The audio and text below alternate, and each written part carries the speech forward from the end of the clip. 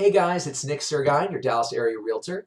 I'm here with another edition of Nick's Notes, and today I want to talk with you just briefly about option money and earnest money. When you buy a home in the state of Texas, you're almost immediately going to write two checks. One's going to go to option money and one goes to earnest money. Now, if you've bought a home before, you're probably familiar with earnest money, as most states around the country use that as a part of the buying process. But option money is actually unique to the Texas real estate market. So let's talk about that a little bit first. So what is option money and what does it buy you? Well, option money is generally a small check, usually $100 to $200, and that check is written directly to the seller, and that money basically buys you a window of time to decide if the house you just put under contract is really the house that you want to buy. Now, no matter what happens with that offer, once that check is written, it belongs to the seller. If you back out, move forward, whatever happens, the seller gets to keep that money. But the nice thing is, if during the option period you find something that's unexpected or something happens that makes you want to back out of the offer, you only lose a smaller amount of money than earnest money, which we'll talk about in a moment. So, like I said, $100 to $200. Most people will use that week or so time. Again, it's all negotiable, but most people will use that time to bring in an inspector and to evaluate what kind of repairs are needed on the home.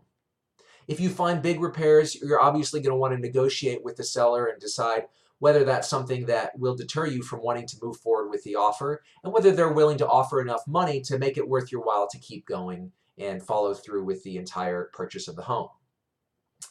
That money, like I said, it will be credited to your closing costs if you go all the way through the offer.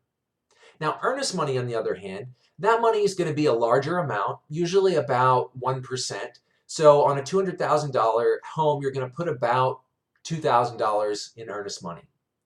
That $2,000 in earnest money is not going to go directly to the seller, though. It's going to go to the title company, and they're going to hold on to that money and credit it to either party if one of the other parties backs out. So let's look at what that means. If you back out of the offer after the option period, but before the offer closes, generally speaking, that money is going to go to the other party. The one exception that we usually see for buyers is that if their financing is unable to be completed and the lender says, I'm sorry, we can't make this offer to you after all, or this loan to you after all, then usually the buyer can get their money back. But for most other reasons, if one or the other party backs out of the offer, the money will go to the opposing party. It's considered liquidated damages to the party that's losing out in that scenario. That money does get credited towards your down payment if you go all the way through the offer, so it's not just an extra check written to the seller, but the title company will credit that money towards your down payment, and you'll only owe the balance that's due after that. Well, that's pretty much it. That's option and earnest money.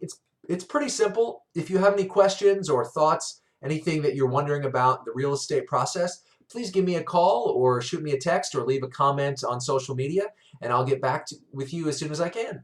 Thanks very much. I look forward to working with you, and we'll see you next time.